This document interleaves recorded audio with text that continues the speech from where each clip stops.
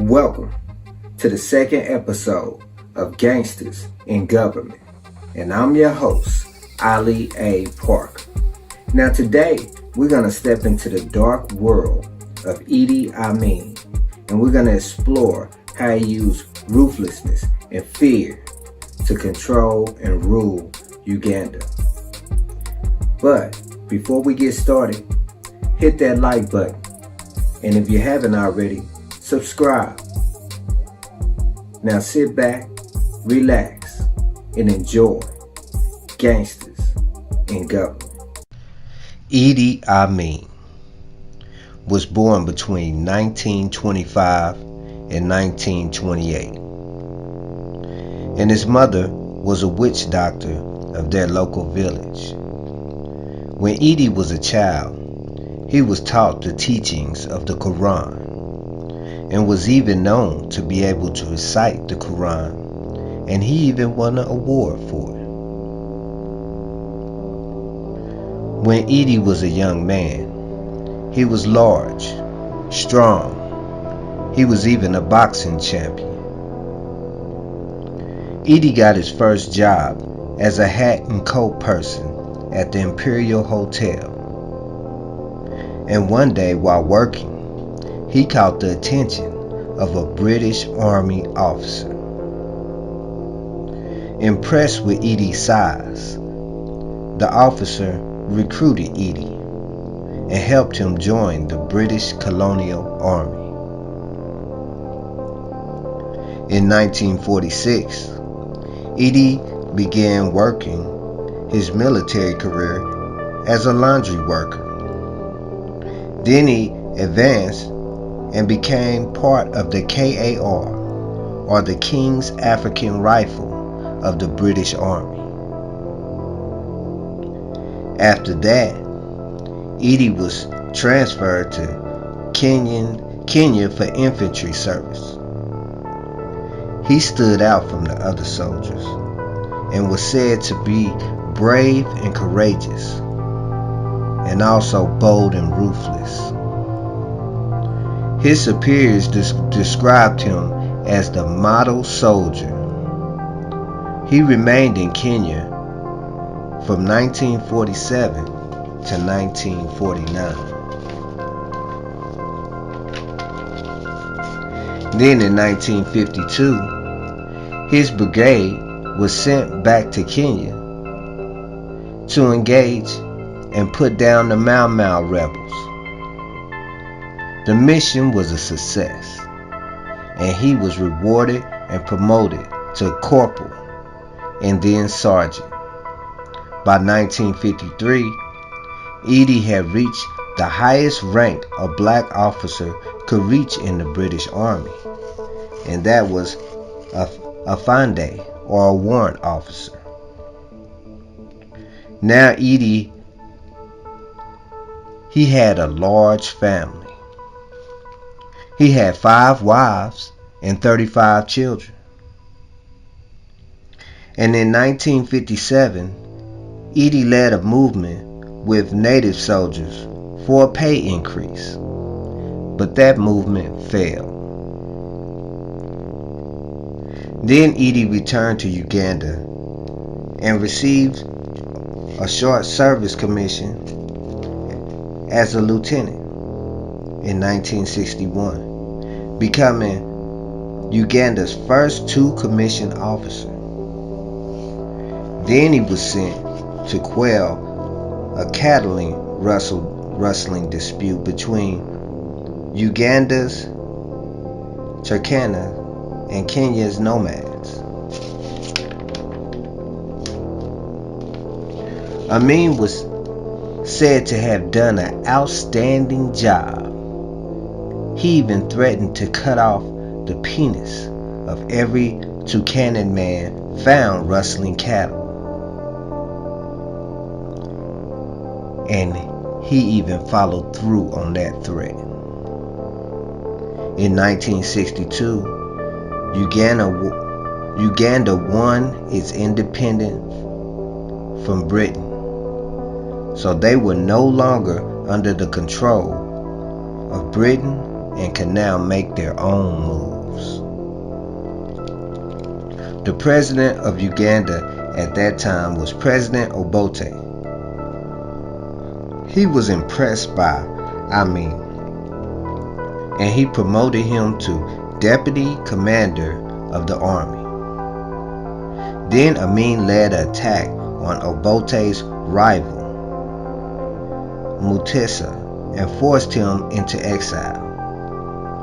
Obote was pleased with what Amin had done, so he promoted him to supreme commander of the army. But after a while, Amin became more popular in the army than Obote, so this became a problem for Obote, and a rift developed between the two.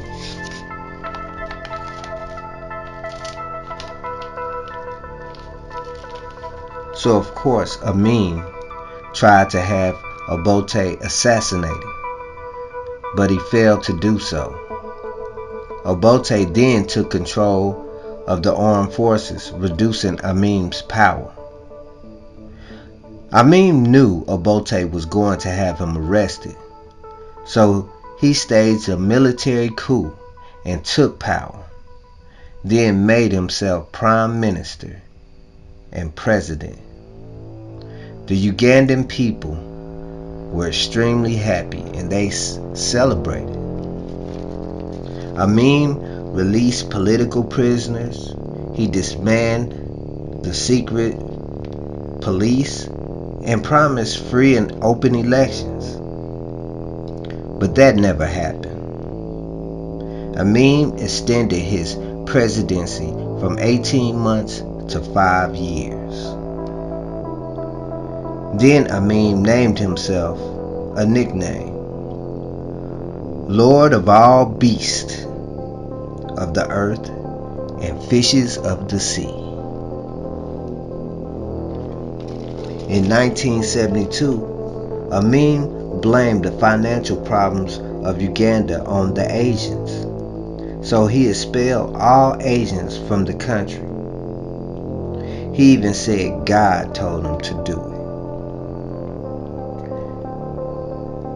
He also got rid of everyone associated with the old British regime, or he assassinated them.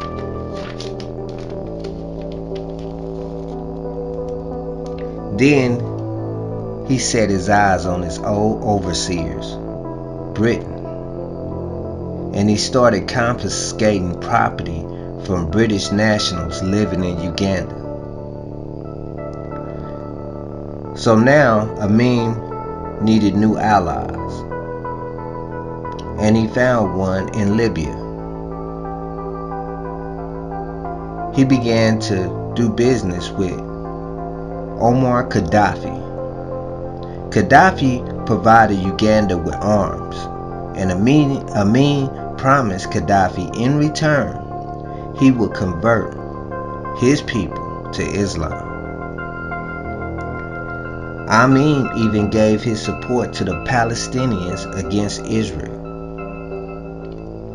When Amin decided to make changes in the army, 36 officers were told to report in, and when they got there, they were put into prison, then bayoneted to death. He even had soldiers beat their former superior chief of staff and then cut his head off. Top army officers were told to line up for a parade and salute the motorcade of tanks. But when the tanks passed them by, they reared off and ran them over. Amin eliminated every trained officer in Uganda. He had over 500,000 Ugandans killed in order to protect his throne. Amin was known to torture people and feed their heads to crocodiles. He also was a cannibal and ate the flesh of his enemies, and he kept their heads in a freezer. One day, Amin was hosting a state's dinner at his palace when he brought a head out in front of all of his guests, and then he threw knives at the head.